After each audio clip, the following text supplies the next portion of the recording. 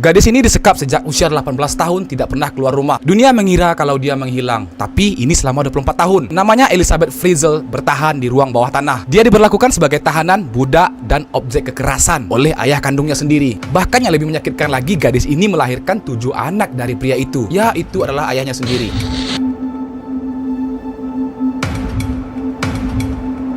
Gadis ini bernama Elizabeth Fritzl. Dia lahir pada tanggal 6 April tahun 1966. Elizabeth tinggal bersama keluarganya di kota kecil yang bernama Amstetten, Austria, yaitu di tempat yang tenang, nyaris tak terdengar dalam berita. Nah, Elizabeth ini merupakan anak keempat dari 7 bersaudara. Ya, dari luar keluarga Elizabeth terlihat biasa-biasa aja seperti keluarga normal lainnya. Ayah Elizabeth yang bernama Joseph merupakan sosok yang dominan. Nah, si Joseph, ayah Elizabeth ini bekerja sebagai teknisi listrik. Beliau ini adalah seorang yang sangat disiplin dan sangat pendiam. Nah, bisa dibilang lah kalau si Joseph, ayah Elizabeth ini memiliki peran yang dominan dan sangat keras di dalam rumah. Sedangkan ibunya yang bernama Rosemary dikenal sebagai sosok wanita yang religius dan sangat penurut nih. Jadi dengan situasi seperti itu ya, sejak usia dini si Elizabeth ini sudah mulai merasakan dinginnya rumah itu. Maksudnya ini bukan karena musim dingin di Austria ya, walaupun Austria terkenal dengan musim dinginnya gitu. Tapi ini suasana penuh ketakutan di dalam rumah. Nah gini, saat Elizabeth ini menginjak usia remaja nih, dia sudah mulai bosan dengan kondisi rumah yang seperti ini gitu. Ya bahkan Elizabeth sendiri sempat memberontak kepada ayahnya. Bahkan pada saat usia 15 tahun, Elizabeth pernah kabur dari rumah. Ya selama beberapa minggu dan tinggal bersama temannya. Ayahnya panik dong, anaknya kemana nih gitu, nggak pulang-pulang selama beberapa minggu gitu. Nah tak lama kemudian nih, si Joseph, ayahnya Elizabeth, menemukan Elizabeth dan membawa paksa si Elizabeth ini pulang dong. Saat si Elizabeth dibawa pulang paksa oleh ayahnya nih, nah ayah Elizabeth ini merencanakan sesuatu yang membuat hidup Elizabeth yang dulu terlihat normal sekarang menjadi menyeramkan.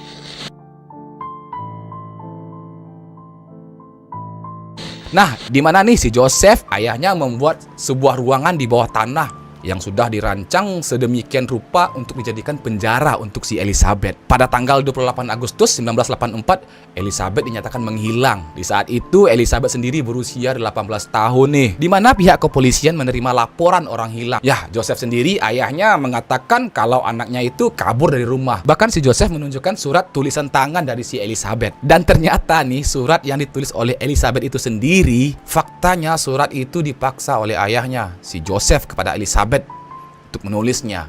Nah, di mana sebelumnya nih, gua mundur dikit ya. Si Elizabeth dibujuk oleh ayahnya untuk membantu mengangkat pintu ke ruangan bawah tanah. Faktanya ini adalah akal-akalan ayahnya yang bertujuan untuk mengurung si Elizabeth di ruangan bawah tanah yang sudah dirancang oleh si Joseph ini gitu. Bahkan ruangan itu sudah didesain dengan pintu baja, kunci otomatis, ventilasi tersembunyi, bahkan toilet darurat. Ya, semuanya telah dibuat oleh Joseph secara sistematis, seolah-olah dia sedang membangun bunker untuk menghadapi kiamat. Tapi ini adalah kiamat untuk anaknya sendiri. Saking pengapnya nih ruangan, Elizabeth pun tidak bisa melihat cahaya matahari tanpa dia tahu ya guys ya, kapan siang atau malam gitu.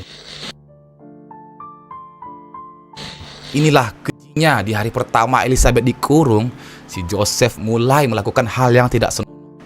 Ya, itulah memperkeos si Elizabeth, anaknya sendiri gitu. Tak hanya sekali, tindakan keji ini dilakukan oleh si Joseph terus-menerus selama 24 tahun sejak awal pertama si Elizabeth dikurung di dalam ruangan bawah tanah itu. Bahkan dari kejadian keji ini, si Elizabeth melahirkan dari ayahnya sendiri di dalam ruangan bawah tanah tanpa adanya bantuan medis. Singkat cerita nih, dari kejadian tersebut Elizabeth melahirkan 7 orang hasil dari perbuatan ayah kandungnya sendiri. Sebenarnya dia ada 6 anak dari 7 yang sudah ia lahirkan oleh Elizabeth. Nah, dari 6 tadi, 3 anak dibesarkan bersama Elizabeth di bawah tanah dalam kegelapan dan penyekapan. Sedangkan 3 anak lainnya nih dibawa keluar dari ruangan bawah tanah itu oleh si Joseph. Nah, di sini si Joseph mulai membuat lagi skenario dan dirancang sedemikian rupa lagi gitu. Dia menyusun rencana satu persatu ketiga anak itu. Saat masih bayi nih, Joseph meletakkan di depan pintu rumahnya. Lalu ketika anak itu sudah diletakkan di depan pintu rumahnya, seolah-olah di mana ada seseorang yang meninggalkan atau menitipkan anak itu di depan rumahnya. Tak hanya itu, bersamaan dengan bayi ini juga terselipkan surat yang berisi bahwa ini ini adalah titipan dari Elizabeth, dan di surat itu juga bertuliskan ini adalah cucu kalian, seolah-olah itu dari Elizabeth sendiri gitu. Padahal ini sudah akal-akalan si Joseph loh, ayah kandungnya sendiri, seolah-olah Elizabeth melarikan diri dan meninggalkan anak itu kepada orang tua Elizabeth gitu. Nah, mau tak mau melihat kejadian itu, ibu Elizabeth otomatis merawat dong anak itu. Dia pikir itu kan cucunya dong gitu kan. Nah, faktanya ternyata ini adalah skenario dari si Joseph sendiri, di mana Joseph memaksa Elizabeth untuk menuliskan surat itu ya kan,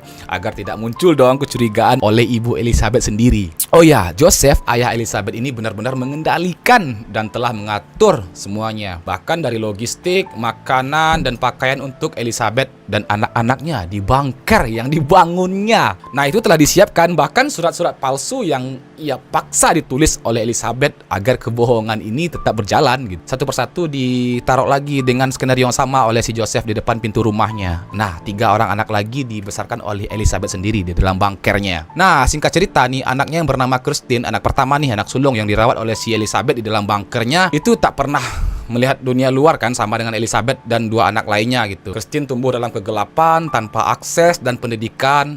Ya, termasuk juga sinar matahari, otomatis dia juga nggak pernah melihatnya, udara segar maupun kehidupan sosial. Saat tumbuh dewasa, si Kirsten ini dia mengalami kesehatan yang parah, ya karena kekurangan gizi, tekanan psikologis dan isolasi ekstrim gitu.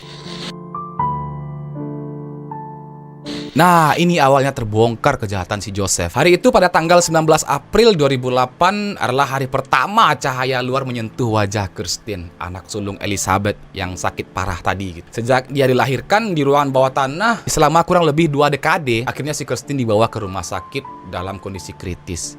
Ya, tubuhnya lemas, kulitnya pucat, dan nafasnya ya nyaris tidak terdengar gitu. Hasil diagnosa, Christine mengalami gagal ginjal parah, infeksi yang menyebar, dan kekurangan vitamin akut. Nah, dokter yang menangani kasus ini merasa janggal dong, iya kan?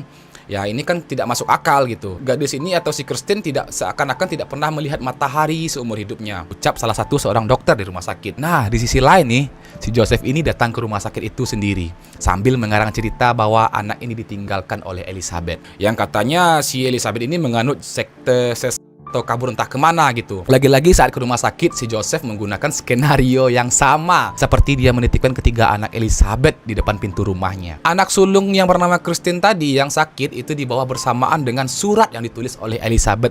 Tapi jelas ini dipaksa oleh ayahnya, si Joseph gitu namanya ya kan. Saat membaca surat, dokter merasa isinya sangat aneh, tidak alami, dan tanpa detail yang penting. Seperti dalam surat itu alamat, nama lengkap, dan nomor kontak. Dokter yang menangani kasus Christine merasa janggal dong. Si dokter juga mengklaim bahwa gadis ini menderita medis yang biasanya muncul pada anak-anak yang sangat terisolasi. Dokter bertanya dong, siapa orang tua anak ini? Kenapa tidak ada catatan medis? Dimana kan seharusnya kalau orang melahirkan itu kan ada catatan medisnya di rumah sakit gitu. Bahkan di sini polisi juga ikut turun tangan loh. Nah, di sini pihak polisi mendapatkan kejanggalan dari tanda tangan serta struktur bahasa dalam surat itu. Di sini pihak kepolisian juga menelusuri kasus lama di mana waktu Elizabeth hilang gitu ya kan. Pihak kepolisian pun menelusuri keberadaan Elizabeth yang secara resmi hilang pada tahun 1984 itu, di mana Elizabeth sudah hilang lebih dari 20 tahun. Nah, singkat cerita, sementara itu di ruangan bawah tanah, Elizabeth tahu bahwa ini saatnya ia mengambil resiko dong ya kan, kesempatan nih untuk kabur gitu. Demi menyelamatkan anaknya, si Elizabeth memohon kepada ayahnya agar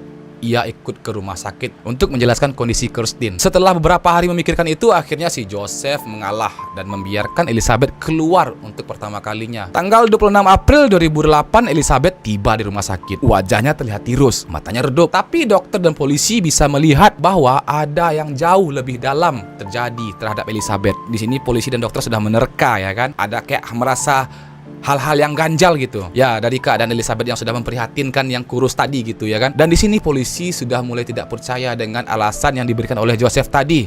Ya, alasannya dimana kalau si Elizabeth ini anaknya itu kabur kan. Nah, dimana alasan si Joseph tadi itu anaknya kabur dan menganut sekte sesat katanya. Ini kayaknya sudah nggak masuk akal, nggak mungkin dong kalau orang menganut sekte sesat dari kasus yang sudah pernah ditangani oleh polisi kan. Tidak seperti ini gitu loh. Ini pasti ada hal lain yang terjadi kepada Elizabeth ini gitu. Setelah itu si polisi menanyai dong kepada Elizabeth. Yang awalnya Elizabeth hanya diam dan tunduk ya karena ketakutan dong. Tapi satu sisi polisi lain berjanji akan melindungi Elizabeth kalau Elizabeth menceritakan kepada polisi itu yang sebenarnya terjadi kepada dirinya. Dan juga anaknya ini si Kirsten kan yang sudah memprihatinkan kondisinya ya sudah bisa dibilang koma saat dibawa ke rumah sakit. Malam itu akhirnya Elizabeth dihadapkan dengan 2 orang polisi. Akhirnya Elizabeth menceritakan semua yang ia alami kepada polisi itu. Elizabeth membutuhkan waktu berjam-jam untuk membuka mulutnya. Tapi akhirnya dengan suara gemetar dan mata yang tak sanggup lagi menahan tangis, Elizabeth mengaku bahwa dia tidak pernah melarikan diri. Di sini Elizabeth mengatakan, "Saya disekap oleh ayah saya sendiri selama 24 tahun di ruangan bawah tanah." Beberapa jam setelah pengakuan Elizabeth, tanpa menunggu perintah nih, polisi segera bergerak dong ke rumah Joseph. Nah, di waktu yang bertepatan di rumah sakit itu, Joseph datang dengan berpura-pura menengok cucunya. Awalnya Joseph sempat bingung, tapi tidak ada perlawanan gitu. Mau tak mau ia dengan pasrah dibawa ke kantor polisi dalam kondisi yang dingin dan tenang, tanpa merasa bersalah nih. Sementara itu tim penyidik mulai bergerak ke rumah Joseph. Ya, setibanya di lokasi, tim penyelidik membuka ruangan bawah tanah yang tersembunyi di balik lorong rahasia. Saat polisi turun ke sana untuk pertama kalinya, bau pengap, udara lembab, dan pemandangan mengerikan langsung menyambut mereka. Nah, di dalam ruangan itu polisi menemukan anak-anak Elizabeth yang tak pernah melihat pemandangan luar. Nah, di sini juga polisi melihat tanda-tanda kehidupan di dalam ruangan itu, seperti di dalam kurungan yang sempit, wastafel darurat, dapur kecil, televisi lama, mainan anak-anak yang sudah usang gitu. Pengakuan dingin dari seorang ayah yang menjadi monster nih. Saat diinterogasi, Joseph awalnya membantah, tapi ketika polisi menemukan bukti dan hasil DNA, nah, ia tidak punya pilihan lagi. Ia mengakui semuanya dengan tenang. Nah, di sini parahnya si Joseph mengakui perbuatannya, tapi dengan keadaan tenang gitu, tanpa ada rasa bersalah, tanpa ada rasa penyesalan gitu. Bahkan si Joseph mengatakan, "Saya memang membangunnya, saya memang mengurung dia, tapi saya memberi makan, saya merawat mereka, saya menciptakan kehidupan di bawah sana." Capnya nih kepada polisi. Sebuah pernyataan yang menunjukkan betapa jauhnya ia menyimpang dari realitas manusia normal. Selama persidangan, si Joseph sering menunduk. Ia menghindari kontak mata secara langsung, tapi yang paling membuat publik terdiam nih, saat Elizabeth dan anak-anaknya muncul sebagai saksi. Elizabeth duduk di ruangan terpisah, ya, dengan memberikan kesaksian lewat video tertutup gitu. Untuk pertama kalinya sejak ditahan, Joseph benar-benar menangis. Tapi bukan karena ia menyesal loh. Alasan dia menangis itu karena ia melihat kekuasaan dan kendalinya atas Elizabeth benar-benar runtuh. Pada tanggal 19 Maret 2009, setelah 4 hari persidangan, Joseph dinyatakan bersalah atas semua dakwaan. Ia dijatuhi hukuman penjara seumur hidup tanpa adanya kemungkinan bebas bersyarat. Nah, di sini si Joseph akan menghabiskan sisa hidupnya nih di penjara khusus yang pastinya di bawah pengawasan ketat di penjara Garsten, Austria. Setelah Joseph ditangkap, Elizabeth bersama anak-anaknya dipindahkan ke rumah perlindungan rahasia yang pastinya di bawah pengawasan ketat dari pihak kepolisian dan psikolog. Mereka tinggal di satu fasilitas rehabilitasi khusus trauma yang dijaga selama 24 jam oleh pihak yang terkait. Anaknya yang tertua bernama Kirsten pun yang sebelumnya koma perlahan siuman. Ya, tapi ini butuh waktu lama untuk tubuh dan pikiran Kirsten untuk bisa menyesuaikan diri dengan dunia luar. Setelah menjalani pemulihan, Elizabeth bersama anak-anaknya diberikan identitas baru oleh pemerintah Austria. Nah, di sini Elizabeth mencoba untuk menjalani hidup layaknya orang normal lainnya. Ya, meskipun bebas, tapi luka yang mereka bawa tidak benar-benar hilang gitu.